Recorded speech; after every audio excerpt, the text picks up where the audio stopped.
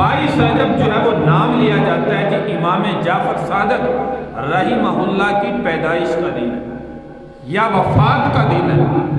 یاد رکھیے کہ امام جعفر صادق رحمۃ اللہ علیہ کا اس مہینے سے نہ پیدائش کا تعلق ہے نہ آپ کی وفات کا تعلق ہے۔ تو اصل میں حقیقت ہے کیا؟ 22 رجب سیدنا امیر معاویہ رضی اللہ تعالی عنہ کی وفات کا دن، اور آپ کی وفات پر دشمنوں نے چھپ کر خوشی منانا جو ہے وہ شروع کی۔ 1906 کے اندر لکھنؤ کے اندر جو ہے یہ رسم، یہ بدعت جو ہے وہ شروع کی گئی، اور گھروں میں چھپ کر یہ کنڈوں کی رسم جو ہے وہ منائی جاتی تھی تاکہ مسلمانوں کو پتہ نہ چلے کہ ہم 22 رجب کو جو ہے وہ کیا کر رہے ہیں۔ اور 22 رجب کی یہ رسم جو ہے وہ شروع ہوئی، گھروں میں چھپ کر دشمنان صحابہ جو ہے یہ رسم منایا کرتے تھے۔ امیر مینائی جس کا نام تھا برصغیر کے اندر، اس نے یہ رسم جو ہے وہ شروع کی اور چھپ کر کرنا جو ہے وہ شروع کیا۔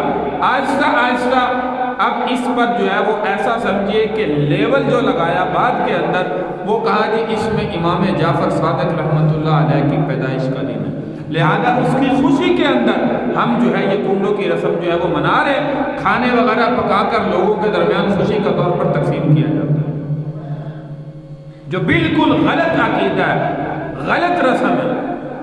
یاد رکھیے امام جعفر صادق رحمہ اللہ کی پیدائش اس مہینے کے اندر بھی نہیں، اور نہ ان کی وفات اس مہینے کے اندر ہے۔ آپ کی پیدائش 8 رمضان المبارک کو ہے، اور آپ کی وفات شوال کے مہینے میں، رجب کے مہینے سے کسی قسم کا کوئی تعلق نہیں۔ صرف مسلمانوں میں یہ رسم عام کرنے کے لیے امام جعفر صادق رحمہ اللہ کا نام جو ہے وہ شروع کیا گیا، جس میں آہستہ آہستہ مسلمان بھی جو ہے وہ شروع ہو گئے۔ تو اس لیے میرے بھائی اس رسم سے جو ہے وہ اپنے آپ کو بچانے والے بنے۔ جو دل کے اندر صحابہ کا بغض رکھتے ہیں، میں نے کہا وہ اس رسم میں شامل ہوتے ہیں، اور الحمدللہ ہمارا ایمان اور عقیدہ ہے کہ تمام صحابہ جو ہے وہ جنتی ہیں، عادل ہیں، اور اللہ تبارک و تعالی نے ان کے ایمان کی گواہی جو ہے وہ اپنے کلام مجید کے اندر خود عطا فرمایا فَإِنْ آمَنُوا بِمِثْلِ مَا آمَنْتُمْ بِهِ فَقَدِ اهْتَدَوْا، اگر ایمان لانا چاہتے ہو تو ایسا ایمان لا جیسے میرے نبی کے صحابہ ایمان لیتے۔ اللہ تو ان کے ایمان کی گواہی دے رہا ہے، اور ہم دنیا کے اندر جو ہے وہ ایسے اعمال و افعال کریں۔ اور یاد رکھیے اس کا مطلب یہ بھی نہیں کہ لوگ سمجھیں کہ نعوذ باللہ حضرت امیر معاویہ رضی اللہ تعالیٰ عنہ کا مقام یہ زیادہ سمجھتے ہیں، حضرت علی المرتضیٰ شیر خدا رضی اللہ تعالیٰ عنہ کا مقام کم سمجھتے ہیں۔ اللہ تبارک و تعالیٰ اس عقیدے سے ہماری حفاظت فرمائے۔ ہمارا ایمان اور عقیدہ ہے کہ حضرت علی المرتضیٰ شیر خدا رضی اللہ تعالیٰ عنہ کا مقام امیر معاویہ رضی اللہ تعالیٰ عنہ سے بہت بڑا ہے۔ پیارے پیغمبر صلی اللہ علیہ وسلم کے بعد ان 3 صحابہ کے علاوہ سیدنا ابوبکر صدیق رضی اللہ تعالیٰ عنہ، سیدنا عمر بن خطاب رضی اللہ تعالیٰ عنہ، اور سیدنا عثمان غنی رضی اللہ تعالیٰ عنہ، ان کے علاوہ سب سے زیادہ مقام اللہ کے محبوب کے بعد جو ہے وہ علی المرتضیٰ شیر خدا رضی اللہ تعالیٰ عنہ، اور آپ کے بعد خلیفہ بلا فصل وہ سیدنا ابوبکر صدیق رضی اللہ تعالیٰ عنہ، ان کے بعد حضرت عمر فاروق رضی اللہ تعالیٰ عنہ، خلیفہ دوم، اور پھر خلیفہ سوم سیدنا عثمان غنی رضی اللہ تعالیٰ عنہ، جو پیارے پیغمبر صلی اللہ علیہ وسلم کے دوہرے داماد ہیں۔ اور چوتھے نمبر پر بعض لوگ کہتے ہیں یا علی مدد، جس میں نعوذ باللہ ہمارے سنی مسلمان بھی شامل ہو چکے ہیں۔ اس کا مطلب کیا میرے بھائی؟ یا علی مدد کے حضرت علی المرتضیٰ رضی اللہ تعالیٰ ہماری مدد کرنے والے ہیں، نعوذ باللہ۔ میرے بھائی یہ شرکیہ عقیدہ ہے، اس لیے اس شرکی عقیدے سے اپنے آپ کو بچانے کی کوشش کریں۔ دشمنان صحابہ نے، میں نے کہا کہ 22 رجب آپ ان کے جو ہے اس میں ڈائری نکال کر دیکھیں، جو یہ عقیدہ نعوذ باللہ صحابہ سے دشمنی اور بغض رکھتے ہیں، 22 رجب ان کے عقیدے کے مطابق یوم مسرت لکھا ہوا، یعنی ہمارے لیے خوشی کا دن کہ حضرت معاویہ رضی اللہ تعالیٰ اس دنیا سے رخصت ہوئے۔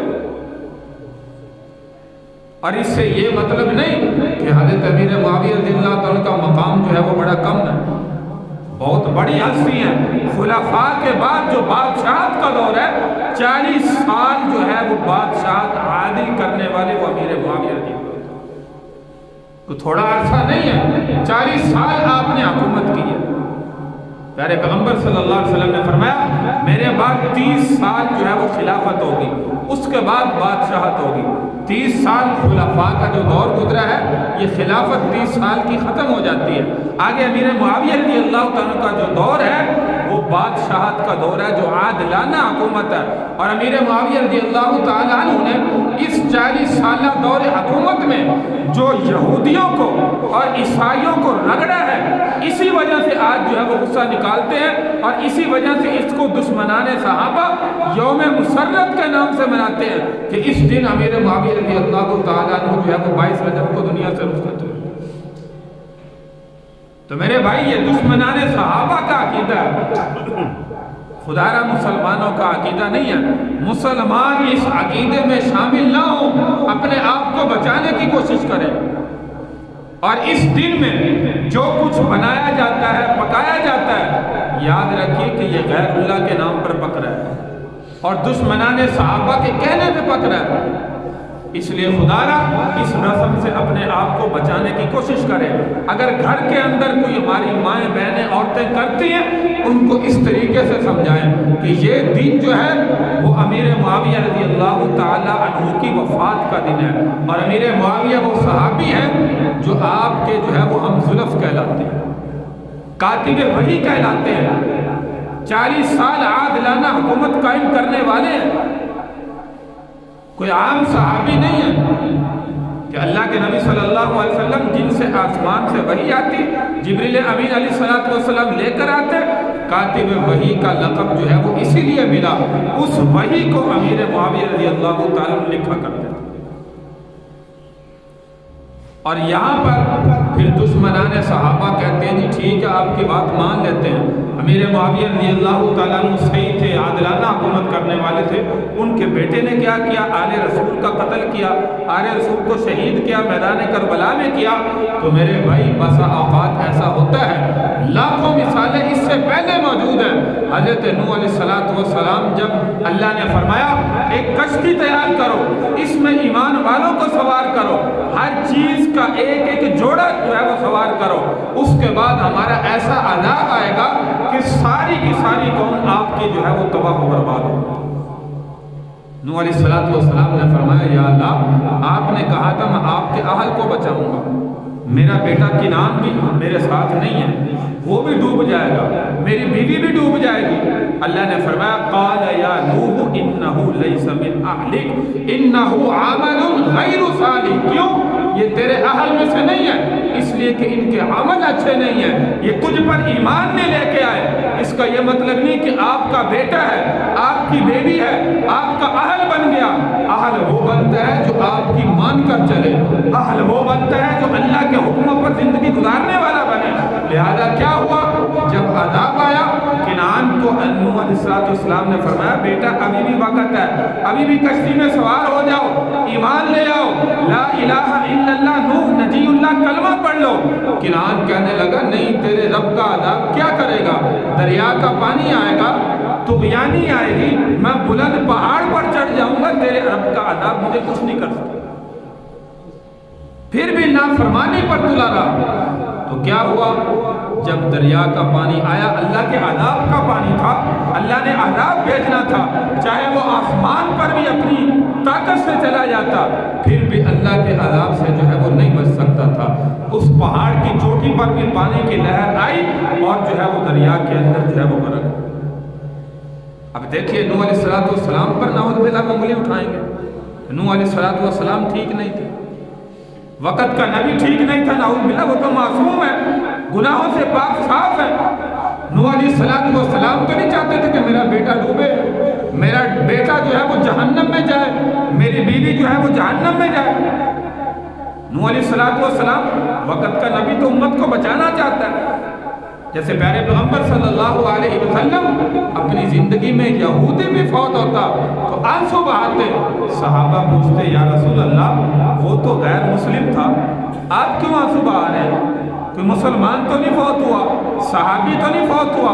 اللہ کے نبی کہتے تھا تو میرا امتی نہ تھا، یہودی تھا، جہنم میں چلا گیا، کاش یہ کلمہ پڑھ لیتا تو دائرہ اسلام میں داخل ہو کر مرتا تو یہ جنت میں جانے والا تھا۔